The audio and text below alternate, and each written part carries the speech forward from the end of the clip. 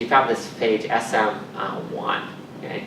And this took her a while, but she figured it out. And SM1 turns out to be really interesting because it's a phage that has modified tail fibers that encode these genes called PBL, A, and B. Okay? And what these guys are cool for is that they actually glue strep mitis together. Okay? So this is what it looks like. So here's strep mitis, and this is Sullivan. I can't remember their name. They're up at Stanford, has done most of this work. And what they've shown is that strep mitis carries this prophage, and if you get it to blow up a little bit, you actually need the phage with the tail fibers actually will glue one mitis to another. Okay, so you end up kind of gluing, making this gluey thing. So you get strep mitis glued together with phage.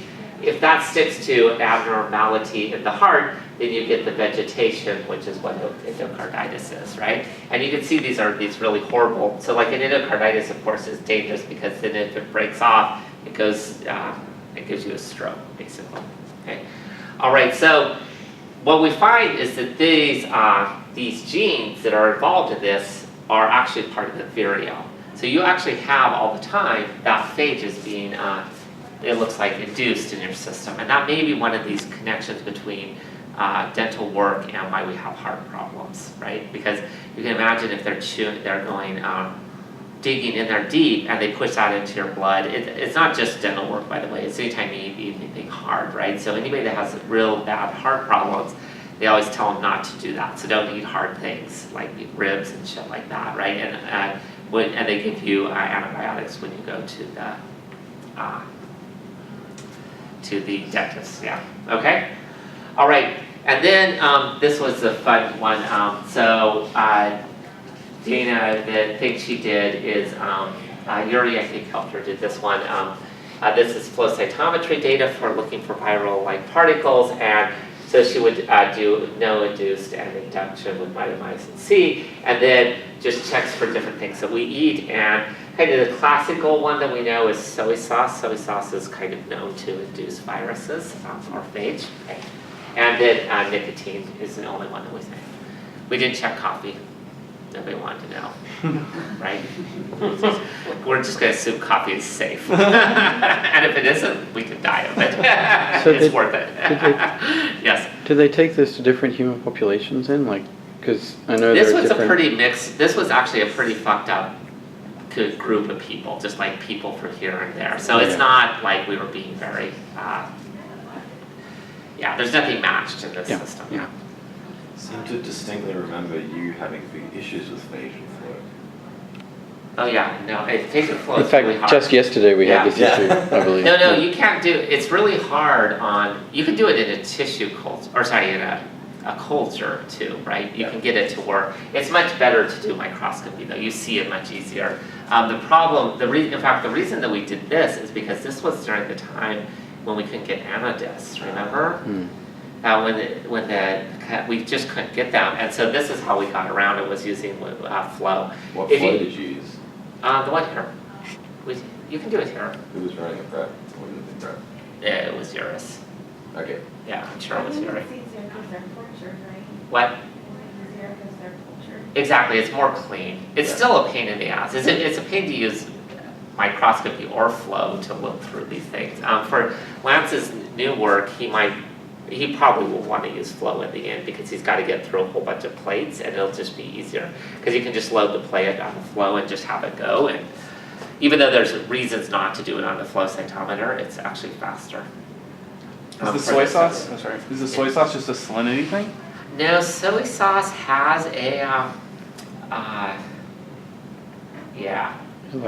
it has a compound in it that I just am totally blanking on. That's mildly carcinogenic, and because it does DNA damage. Oh. And I don't remember what it's called. And it's actually well known. People Ames test stuff, right? Remember, that's how you tell if something's a mutagen, right? Yeah. Soy sauce is something you throw into it as like a control. Oh. Yeah. What was that? Don't eat soy sauce. No, that's actually, Japanese look again, forever. it's, Japanese tend to live longer than everybody, and again, it's kind of worth dying for. Sushi is really good. Yes. Are there any papers, evidence, whatever, suggesting positive or negative impacts on a person due to induction events? Well, yeah, Shiga would be a Okay, great sure, example. sure. That's just, but I mean in a community sense, not a. No, So- no, I don't think there's any strong Yeah. evidence. That remember that we don't believe that in general, right? That Yeah. ecology, we don't believe. We can find examples of where a phage can force a community to shift, okay? And that's kind of, okay, so it is a good question. So that's kind of like what Think Stat was arguing in the beginning, is that Yeah. we would find phage and it would cause a community shift. That isn't what it is. Yep. It's like they modulate the system, but they don't come in, for the most part, and just change the whole damn thing, right? And I think that when you see that happening, like remember in Carlson's data and stuff, I really think that the shifted system is already shifting, basically. Yeah. It doesn't mean that you couldn't drive it. So the phage therapy people may be able to do that because you're not adding like a couple extra phage. There you're like, well, fuck it, I'm gonna add 1 million extra phage, right? And you may be able to knock it around, but that would be what happens when people manipulate it versus what happens when in nature. Good? So we don't think that inducing phage, like it just begs kind of simple way of thinking, but as a treatment, like nicotine, soy Yeah. sauce, you're saying that that's not the way. Oh no, I think you could change manipulation, but that would be humans doing it again. It's very rarely that, I don't know of any example where we eat something and all of a sudden we start having diarrhea. What about something like What? cystic Guatemala. fibrosis? What? Vegas. Inhaled DNAs, inhaled soy sauce, right?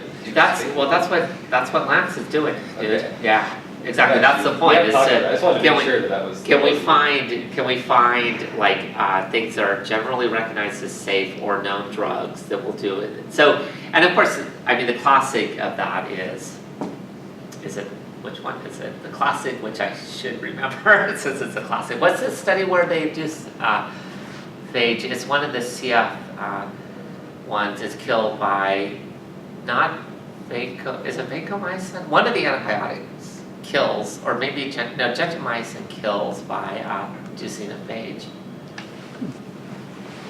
And I forget what. Do you remember what that I is? think it kills by. What? Is that what it is? Yeah, I don't remember, but there's definitely one of this. Yeah, where actually what's happening, it isn't a killing by the antibiotic, it's actually an induction event because of the antibiotic that's killing off the microbe. So we can do things like that, chemotherapeutics, right? Good. I just want to make sure.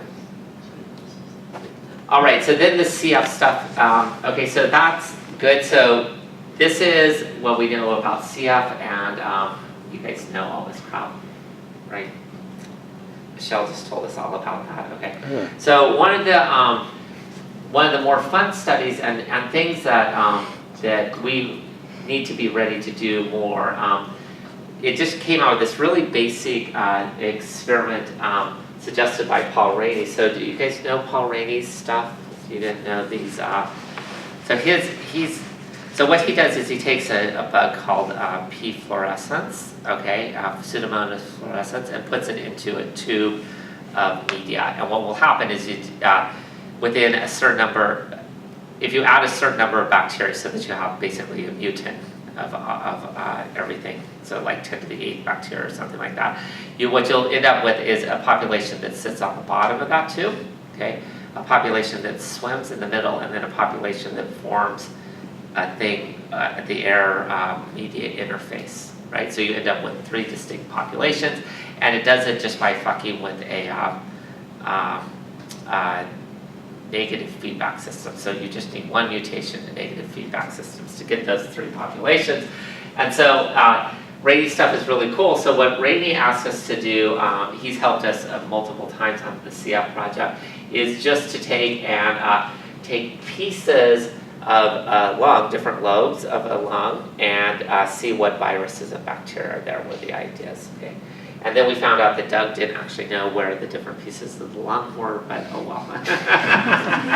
Maybe they don't. He's kind of a fake doctor, I think now. I was thinking the same thing. He's like, this is a lung. Of course, Doug did all the real work there. He and this was Dana again. And again, really, this study is basically that you've got this lung was an explant, and it's basically a P. aeruginosa-like disease where the person just would get the exacerbations go down, and it would keep doing that over time, and their lung function was going down until they got the lung transplant. This person actually died from a Burkholderia sort of thing, so it was more like a really fast disease. So this person was very healthy, and then like about 3 months later or something, they're dead from something just taking over their lungs. And they actually died because the upper airway, so literally the trachea, had a tube of mucus blocking it, right? So that tells you how vicious these things can get. Okay? All right, so if you look at these lungs, and you do it at the 16S level, you kind of get basically that same story, that really there's not a lot going on with the microbial communities. You see basically the same microbial communities throughout the lung. Okay? That's not true of the virions. So the virions are